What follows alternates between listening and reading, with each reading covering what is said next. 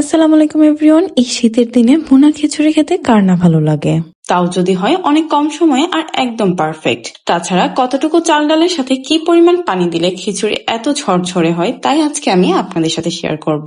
By the way, welcome back to cook studio. আজকের recipe bhuna khichuri রান্না করার জন্য মুগ ডালটা হালকা ভেজে নিব, যেন চালের ফ্লেভারটা আরো ভালো করে বের হয়ে আসে।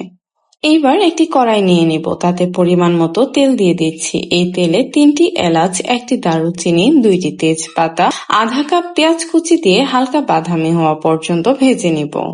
এখন এখানে 1 কাপ পোলাওর চাল, 4 ভাগের 1 ভাগ কাপ মুগ ডাল, 4 ভাগের 1 ভাগ কাপ মসুরের ডাল দিয়ে 2 মিনিটের মতো ভেজে নিব। এই চাল ও ডাল আমি প্রায় 1 ঘন্টার জন্য ভিজিয়ে রেখে দিয়েছিলাম।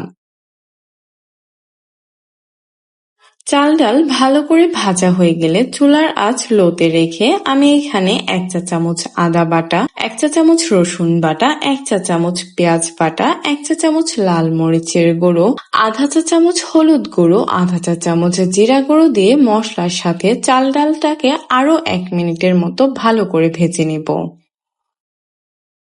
চাল ডালটা মশলার সাথে ভালো করে ভাজা হয়ে গেলে এবার এখানে আমি আগে থেকে রান্না করে রাখা কষা গরুর গোশতটা দিয়ে দিচ্ছি, দিয়ে চালের সাথে আবার মিশিয়ে নিব।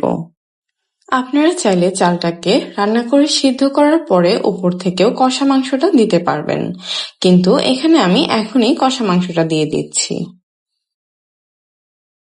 এখন আমি এখানে 3 কাপ পরিমাণ গরম পানি দিয়ে দিচ্ছি।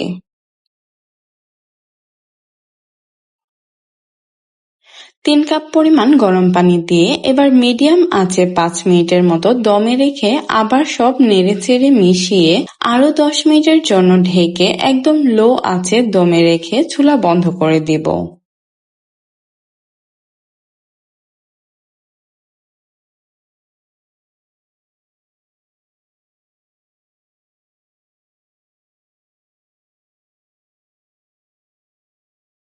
এইবার সবকিছু সেট হওয়ার জন্য আরো 10 মিনিটের জন্য এখানে রেস্টে রেখে দিব। এখন আমার ভুনা খিচুড়ি রান্না শেষ। চলেন এবার কুক স্টুডিও স্টাইলে পরিবেশন করে নেই।